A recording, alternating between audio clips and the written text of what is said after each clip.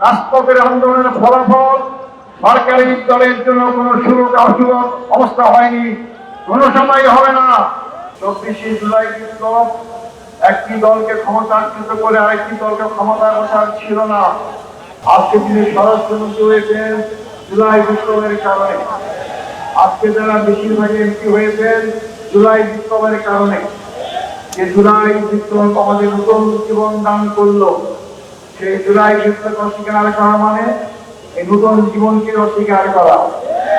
সংগ্রামী বন্ধুগণ, 24শে জুলাই বিপ্লব একটি দলকে ক্ষমতাচ্যুত করে আরেকটি দলকে ক্ষমতায় বসার ছিল না। জুলাই বিপ্লব ছিল পুরাতন ব্যবস্থাকে ছুড়ে ফেলে নতুন ব্যবস্থা কায়েম করা।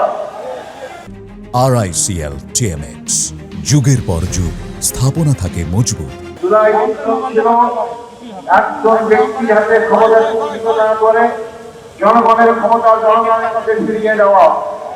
আজকে গণভোট অস্বীকার করা মানে শুধু 70% মানুষের রায় অস্বীকার করা নয়, 70% রায় অস্বীকার করার মধ্য দিয়ে আবার তারা আমাকে সেই ফেসিলিটি কায়দায় এক ব্যক্তির কাছে সমস্ত ক্ষমতা দিতে চায়।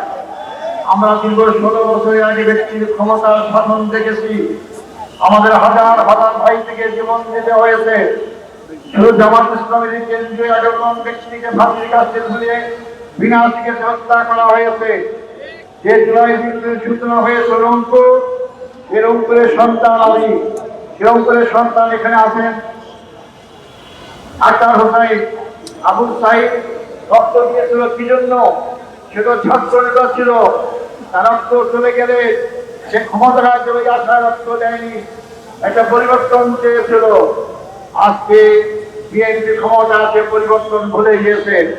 সংগ্রামী ভাই বন্ধুগণ, আমাদের আন্দোলন কোন দলের বিরুদ্ধে নয়, আমাদের আন্দোলন জনগণের বিপক্ষে অবস্থান নিয়েছে তাদের বিরুদ্ধে।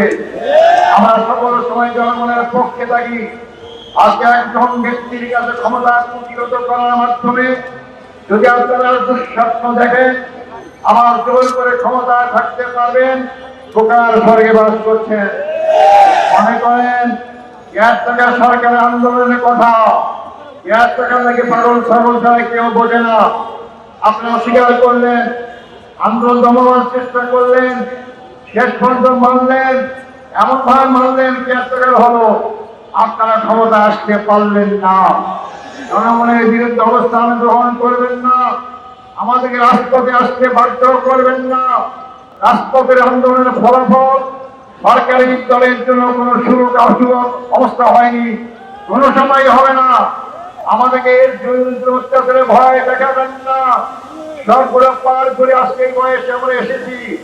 সময় থাকতে যদি দেশ ভালো চালাতে চান, গণভোটের রায়কে মেনে নেন, কার্যকর করেন, জনগণ আপনাদেরকে ভালোবাসবে, শ্রদ্ধা করবে। আর যদি অবজ্ঞা করেন, আপনারা সংখ্যাগরিষ্ঠতার কারণে, এই সংখ্যাগরিষ্ঠ কিভাবে হয়েছেন আপনারা ভালো করে জানেন। ভোটের ফলাফলে আপনারা ইঞ্জিনিয়ারিং করে আজকে ক্ষমতায় এসেছেন, আপনারাও জানেন, জনগণও জানে। এই জন্য আপনারা জোর করে সংখ্যাগরিষ্ঠ অর্জন করে জোর করে দেশের জনগণের উপর চাপিয়ে থাকতে পারবেন না। আমাদেরকে আবার রাজপথে অবস্থান করতে বাধ্য করবেন না। সেটা সংসদে সমাধান করার চেষ্টা করুন। যদি সংসদের কথা আপনার রাজপথে আনতে দেন, রাজপথের আন্দোলন জনগণের কোনো সময় বিফল হয়নি, সফল হবে ইনশাআল্লাহ।